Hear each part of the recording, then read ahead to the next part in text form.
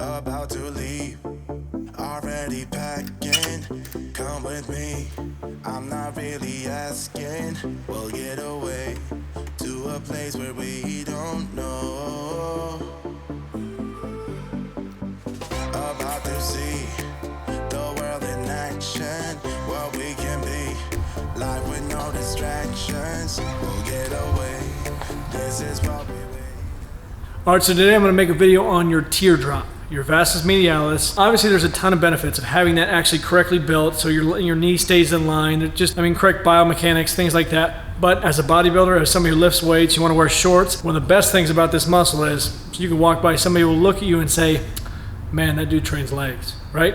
So let me show you at least 7 different exercises we can hit that muscle, because some of the YouTube videos I've seen on here, they got it wrong. They're either doing some sort of PT style movement that's just not gonna get you anywhere, or they're not actually hitting the Vastus Medialis. They're just kind of getting around to it, or they're hitting the top of the quad, but they're not really getting that. The one thing you have to focus on here is toes out, pressures on the outside of your foot, and really open up those knees. So let's get after it. All right, so you can see heels really close together, toes out, knees wide open, puts all that pressure on the outside of your quads. As you're pulling up and flexing, your inner quads, your Vastus Medialis is taking the brunt of the work. So as you flex up, you can see, I mean, the leaner you get, the easier it is to see. These things start to really flicker because you're just putting all that pressure, asking them to take the entire load of the exercise. And this is something you're gonna do a lot lighter weight with, right? You're not gonna push a ton of weight with this. Focus on just hitting those inner quads, pushing a ton of volume, right? So 20, 30 reps and just rep it out. One variation I love to do on this is unilateral stuff. You can really crank that leg out even more, put even more pressure on that muscle, but also you can get a little twist into that foot too. So play with it. Everybody's different. For me, I like to do this every once in a while where I actually get a little twist as I come up.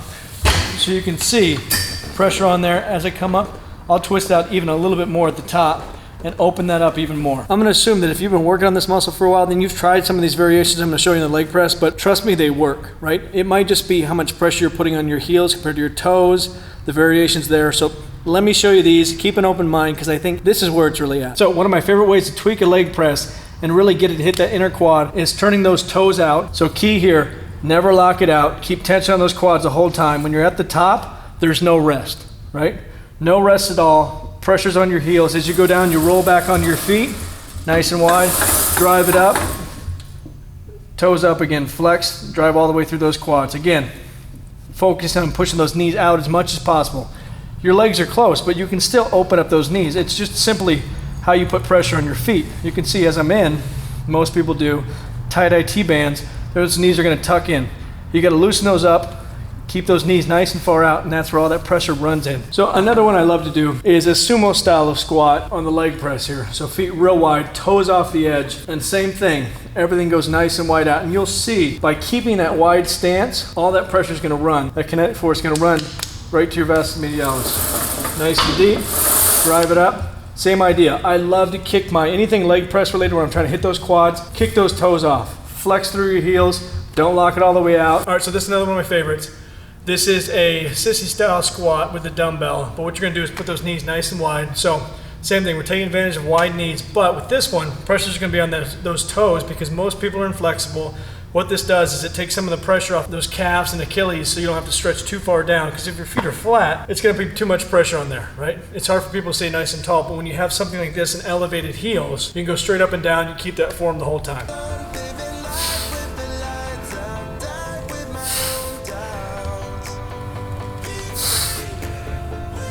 One way to advance this and make this a little bit harder is as you drive up, lean back even more.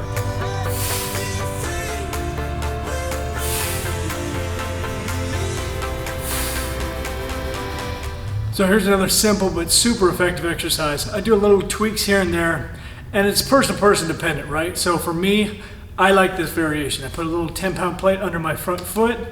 I got a pad under my back knee so I can go nice and deep on the stretch. And I kind of push my biomechanics a little bit, right? I go a little in the gray area as far as form's concerned, because I let my knee drift over my toe, putting more pressure on that front quad. So let me show you. Okay, rest time.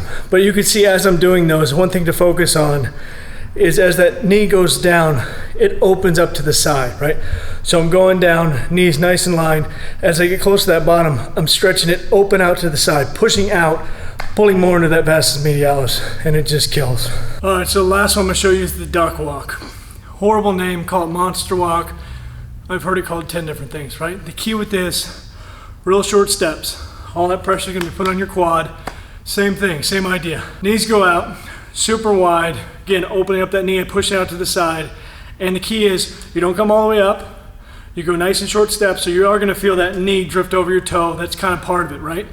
Your knees are gonna be safe. If you have any knee pain, knee problems, that's probably because you either have a underdeveloped vastus medialis, tight IT bands, a couple different things, but that shouldn't cause a huge problem. Unless you've had some sort of huge injury in the past, you shouldn't have any issues with this. Brief recap of what we went over today. So everything has to do with feet placement, pressure, how you're putting the pressure on those feet, and knees. So when you're doing something like leg extensions, toes come out, that opens it up, puts all the pressure on the inside of your legs, right? Leg press, toes out, knees come out, put all that pressure on your heels as you're driving through, don't lock it all the way out. Something like the static lunges, bar underneath, same idea. As you go down, you're focusing to push that knee out, puts all that pressure on the inside of your leg. Monster walks, duck lunges, whatever the hell you want to call them, same idea. Knee pushes out. Pressure goes to the inside of your leg. You drive up, pull through, drive through, push through that inside of your quad. And again, if you're not feeling it, you're not connecting with it, say you're doing something like the Sissy Squat variation with the dumbbell. Problem is there, you're probably not flexible enough. So change your feet around a little bit. You might be leaning too far forward. I always suggest people use a mirror when they train. I know it's kind of an old school bodybuilder mentality of I should be able to feel the exercise, but you can't feel it until you can see it. Once you can see it, then you can feel it. It works better that way. Trust me, I've trained enough people to know once they can see themselves in the mirror doing correctly, then you can take the mirror away and they can feel it. You just have to see it, otherwise it's just such a foreign movement. Some of these exercises are so weird. Like those Sissy Squats on there, it doesn't feel right. It feels like you're sledding downhill, fighting gravity, leaning backwards, and you're gonna fall, but you don't. I mean, I've had a few people fall, but kind of funny. They just sit down, fall back, no big deal. I'm showing you in a video and I'm spent. I'm supposed to go train legs later today. I don't even have it in me. I'm gonna have to figure out a way. I'm gonna have to eat 2 more meals before I go back and actually train legs and not just do a video. And I'm freaking exhausted.